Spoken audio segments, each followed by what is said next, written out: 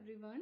In my previous video, I had told you about William Shakespeare, who has written The Merchant of Venice, the summary of the drama, and different themes that the drama deals with. Today we will start with the first scene of the Act 1. Children, the drama that we are going to study was written about 400 years ago, so the language you will find a little difficult to understand, but I hope you will not find much difficulty if you make a little more efforts. In the beginning, I will try to give you line by line explanation so as you start taking interest and are aware of the language. So let us start now. The opening scene is set in a street in Venice. We are introduced to Antonio, who is a rich merchant. Apart from Antonio, his friends Salarino and Salanio are also present. As the drama starts, we find Antonio in a melancholic, in a gloomy mood.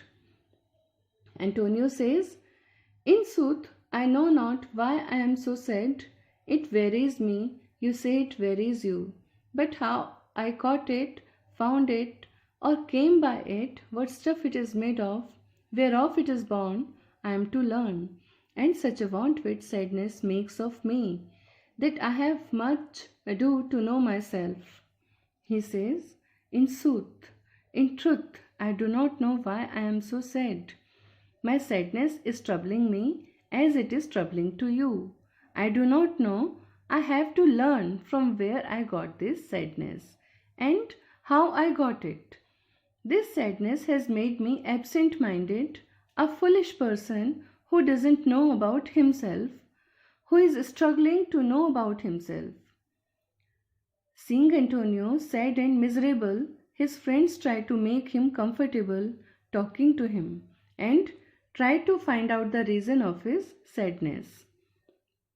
Salarino says, "Your mind is tossing on the ocean, there where your argosies with portly sail, like seigneurs and rich burghers on the flood, or, as it were, the pageants of the sea, do overpeer the petty traffickers, that courtesy to them, do them reverence, as they fly by them with their woven wings."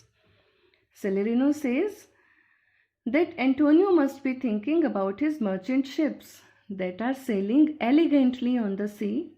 Argosies are merchant ships, while portly means stately, magnificently, elegantly. Seigneurs are gentlemen and burghers are citizens.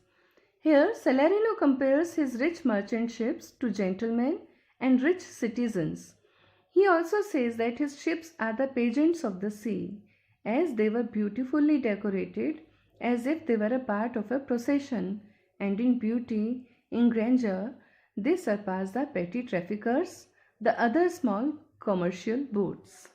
He says that when the small boats move up and down on the waves, they seem to show courtesy, to show respect to Antonio's ships, as they fly by them, by Antonio's ships with their canvas sails.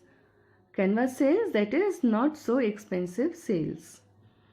Then Salanio says, "Believe me, sir, had I such venture forth, the better part of my affections would be with my hopes abroad.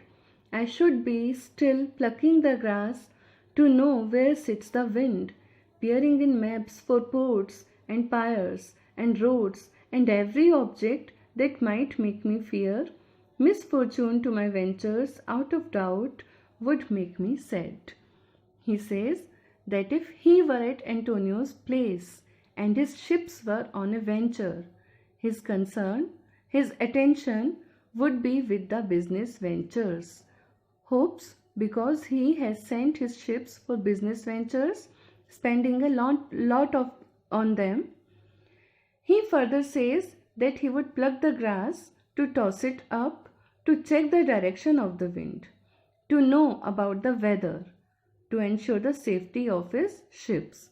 He would look in the maps carefully for the ports and harbors, and everything that he would think to be harmful to his ships would make him sad. As Salarino had said that Antonio would be thinking about his rich ships, Salanio supports his view. Now Salarino adds He says, my wind, cooling my broth, would blow me to an ark. When I thought what harm a wind too great at sea might do, I should not see the sandy hourglass run, but I should think of shallows and of flats, and see my wealthy Andrew docked in sand, wheeling her high top lower than her ribs, to kiss her burial. He says that if he were at Antonio's place, whenever he would blow to cool his soup, he would shiver with fear, thinking how the strong winds could harm his ships at sea. He further says that he would not be able to see the sand running down the hourglass, as it would remind him of the shallow waters and the flats, means the sandbanks. Andrew is a very common name given to ships, so he imagines Andrew to be the name of his own merchant ship. Here he creates an image of a ship that is overturned, whose mast has lowered down, grounded in sand, while its ribs, its sides, have risen high. It seems that the ship's mast is kissing its burial ground. Salarino says, should I go to church and see the holy edifice of stone, and not bethink me straight of dangerous rocks, which, touching but my gentle vessel's side, would scatter all her spices on the stream, and robe the roaring waters with my silks, and, in a word, but even now worth this, and now worth nothing. He says that whenever he would go to church and look at the holy building of the church made of stones, he would think of the huge rocks that might touch the sides of his gentle vessel. Here, gentle vessel may be either the ship or the containers it holds, and it would cause all the precious material kept in the containers to scatter on the sea. He says that in a moment everything was destroyed. Just a moment ago the cargo was so valuable, but now it is worth nothing. He further says, shall I have the thought to think on this, and shall I lack the thought that such a thing bechanced would make me sad? But tell not me, I know Antonio is sad to think upon his merchandise. Means, I can very well imagine how much grief I would have in such a situation. I am sure that Antonio is sad for this merchandise, his business ventures.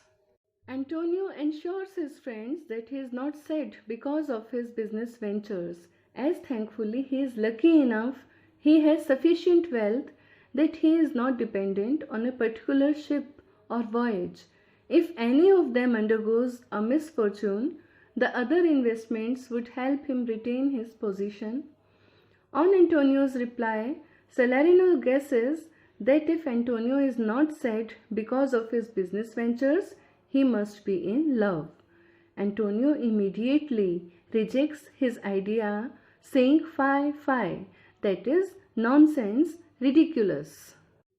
Salarino says, not in love neither, then let us say you are sad because you are not merry, and it were as easy for you to laugh and keep, and say you are merry because you are not sad. He says, if you are not in love, then I must say you are sad because you are not merry, not happy, and it would be easy for you to laugh and say that you are happy because you don't have any reason to be sad. Salarino goes on to say, describing two types of people nature has created, by alluding to Janus, who was a Roman god, who had two faces looking in opposite directions, one face smiling while the other frowning. He says, now by two-headed Janus, nature hath framed strange fellows in her time, some that will evermore peep through their eyes and laugh like parrots at a bagpiper, and other of such vinegar aspect that they will not show their teeth in way of smile, though Nestor swear the jest to be laughable. He says that some people laugh a lot that they create wrinkles on their face while laughing, and it seems that they are peeping through the folds of their skin. They can even laugh at a bagpiper as foolishly as a parrot laughs at anything. While there are people who keep to be very serious with sour expressions, they do never laugh or smile even if Nestor finds a joke worth laughing. Here Nestor was an old wise Greek general who fought in the Trojan War. It is said that a joke had to be extremely funny if Nestor laughed at it.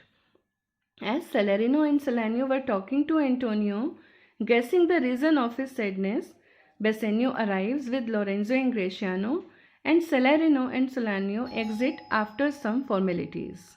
So now, like Salarino and Salanio, Lorenzo and Gratiano also decide to leave Bassanio with Antonio and reminds him to meet at dinner and tells him to remember the place they are to meet, to which Bassanio replies, "I will not fail you, I will not disappoint you."